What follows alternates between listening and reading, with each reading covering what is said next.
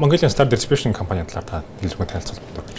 За баярлалаа. Манай Mongolian Star Distribution компани 1998 онд байгуулагдсан. Тэгээд энэс хойш 28 жилийн турш Монгол улсын хүнс өргөн хэрэглээний бараа бүтээгдэхүүний импорт борлуулалт түгээлтийн салбарт үйл ажиллагаа явуулж байна. Бид нэр өнөөдөр дэлхийн тэргүүлэгч SC Johnson, Kimberly Clark, Unilever, Halions, Plat, Bacardi Martini, Kellogg's гэх мэт дэлхийн тэргүүлэгч компаниудын 40 гаруй брендийн 8 нэр төрлийн 500 орчим бараа бүтээгдэхүүнийг өөрийн ханган нийлүүлэлтийн сүлжээгээр дамжуулаад Монгол орны 21 аймагт үзэг болон бүрт хүргэн ажиллаж байна. Тэгэхээр танай компанийн хувьд юу нь зах зээлдээ өрсөлдөх чадвараа юугаар хамгийн их давуу тал болж байна гэж харж байна? За бидний хувьд компанийнхаа хамгийн гол өрсөлдөх чадварыг өндөр бүтээмж гэж тодорхойлно.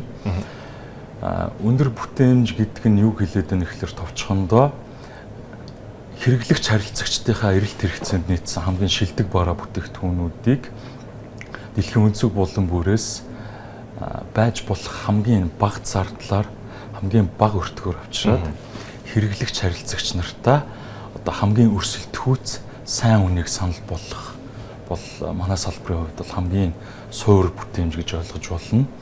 За тэгээд мэдээж өндөр бүтээмжийг бол мэрэгчсэн чадварлаг өсөх сэтгэлгээтэй хамт олон ажилтнууд бий болгодог. Тэгэхээр бас нэгэн чухал өрсөлдөх чадвар бол ажилтнууд маань юм аа гэдгийг бол дурдмаар байна.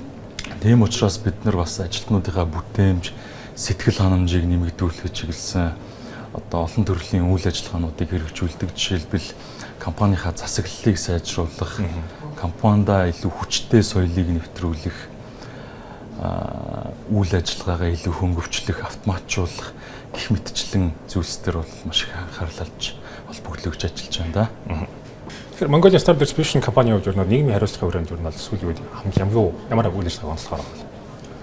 За манай компани нийгмийн хариуцлагын хүрээнд хэд хэдэн ажлуудыг тогтмол хийж гүйцэтгэдэг. Нэг жишээ дурдах юм бол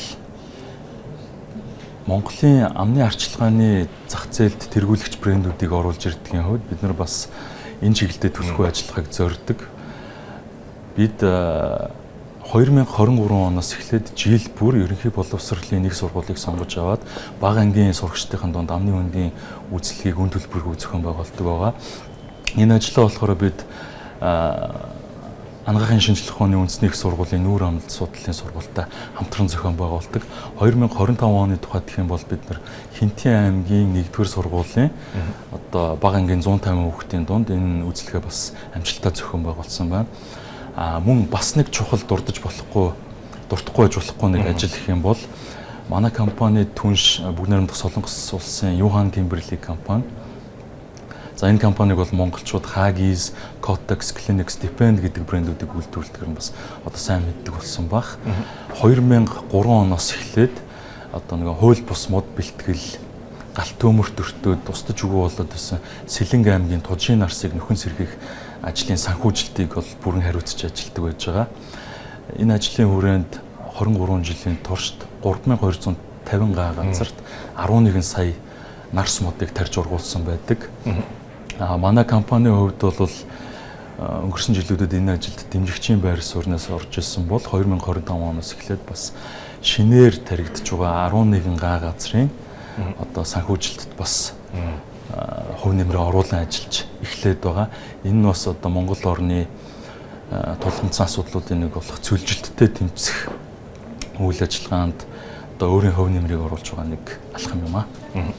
2025 оны эргээд харцгаагаа юм бол ер нь бол танай хэрэглэгчдийн ер нь худалдаа авах чадвар болон сонирхол талаас ер нь ямар өөрчлөлт орсон бол за мөн энэ нь компани борлуулалт тал дээр ямар нөлөө үзүүлсэн? За тэгэхээр олон улсын болон Монгол улсын дотоодын эдийн засгийн хүчин зүйлсээс хамаарат 2025 он бол бас нэлээд сорилттой бэрхшээлтэй жил болж өнгөрч байна. Ялангуяа инфляц их өндөр байлаа. Хэрэглэгчдийн дунд худалдан авах чадвар буурах. За тэгээд хэрэглээний зан төлөв өөрчлөгдөх байдал бол нэлээд түгээмэл ажиглагдаж байгаа.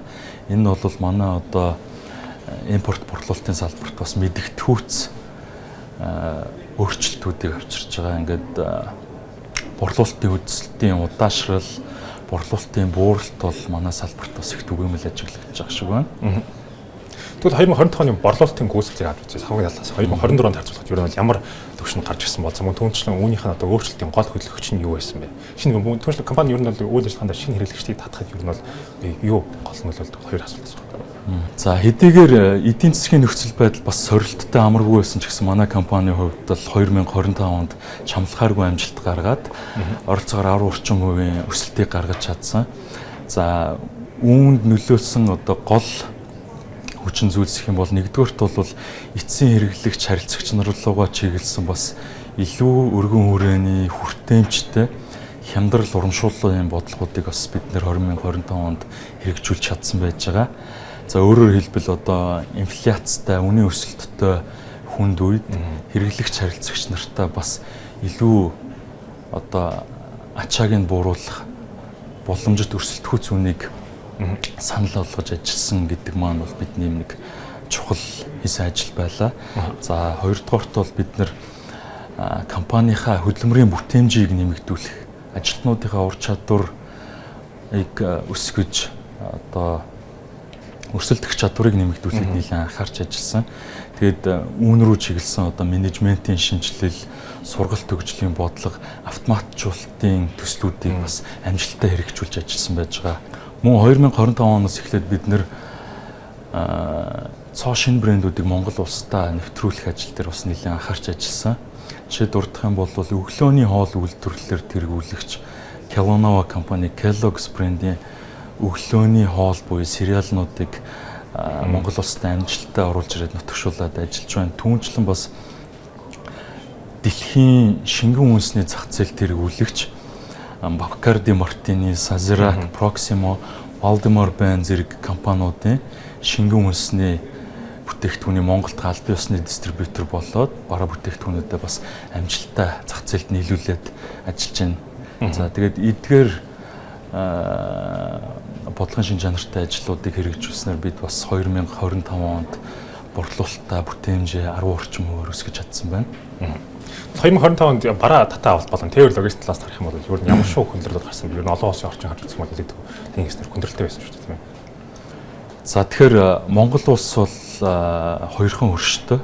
Тэгээд дээр нь бас сүүлийн жилүүдэд геополитикийн нөхцөл байдлаас хамаарат мөн цар тахлаас үүдсэн Тяньжин бомбын төгжрөл гэх мэтлэн олон асуудлаас хамаарат тээвэр логистикийн асуудал бол нэлийн хүндрэлтэй байсан.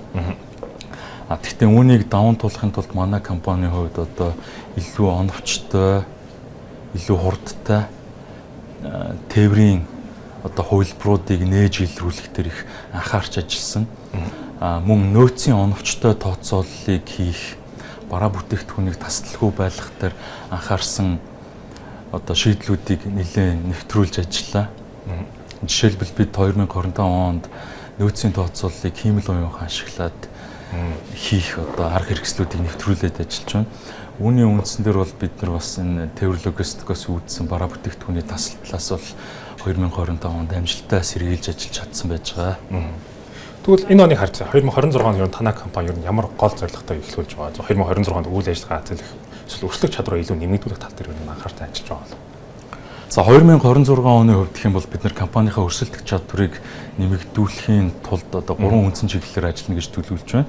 Нэгдүгürt нь болохоор автоматжуулалт, хэмэл оюун ухаан ашиглалт гэж одоо товчхондоо дүгнж хэлмээр байгаа. Big data буюу өгөгдөлд суурлаад компанийнхаа шийдвэр гаргалтыг илүү сайжруулах. За ялангуяа борлуулалтын төлөвлөлтийг оновчтой болгох, нөөцийн оновчлолыг сайжруулах гэх мэт зүйлсээр одоо хиймэл оюун ухаан, автоматжуулалт руу чиглэсэн нэлээдгүй том хөрөнгө оруулалтуудыг хийж ажиллана гэж төлөвлөж байна. Түүнчлэн бид 2025 оноос хийж эхлээд байгаа хүнсний салбар руу чиглэсэн хөрөнгө оруулалтуудаа бас нэмэгдүүлээд энэ салбарт зах зээлийн эзлэмжээ тэлэх, маркетинг борлуулалтын оновчтой хөтөлбөрүүд хөрөнгө оруулахад гол анхаарлаа хандуулж ажиллахаар төлөвлөж байна да.